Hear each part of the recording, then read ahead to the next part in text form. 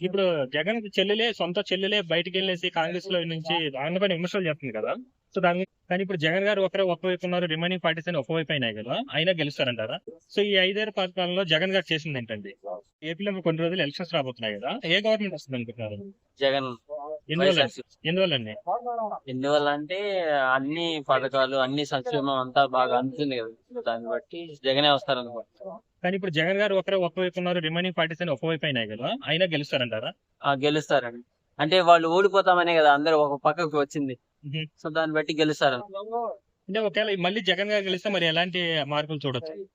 ఇంకా ఏపీలో అవ్వాల్సింది ఏంటంటే రోడ్లు, కొంచెం ఐటీ, అవి రెండు వస్తే ఇంక ఏపీకి తీయాల్సింది ఏం లేదు కదా.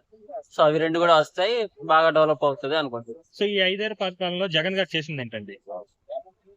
ఏం చేశారు అంటే మెయిన్ గా ప్రభుత్వాన్ని మా ఇంటి దగ్గరికి తీసుకొచ్చారు. అది ఒకటి చెప్పొచ్చు గట్టిగా. కానీ ప్రతిపక్షాలు ఎలాంటి డెవలప్మెంట్ లేకుండా ఉద్య- అప్పులు తెచ్చి ఎలాంటి సంక్షేమ పథకాలు ఎందుకు అంటున్నారు కదా, దానికే ఉండాలి. మీరు అలా అంటే ఇప్పుడు హైదరాబాద్ బాగా డెవలప్ అయింది అనుకుంటాం కదా అందరూ. కానీ హైదరాబాద్ లో జాబ్ లేని వాళ్ళు ఎంతమంది ఉన్నారు?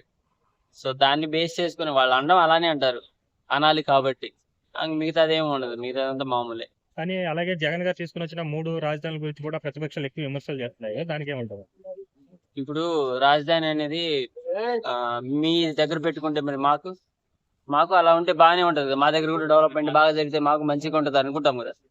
మూడు రాజకీయాలు, అదే 3 రాజధానులు ఉండడం మాకైతే ఇష్టమే, బాగుంటుంది అనుకుంటాం. సో లాస్ట్ టైం 150 సీట్లు వచ్చాయి కదా, ఈసారి ఎన్ని సీట్లు వస్తాయండి?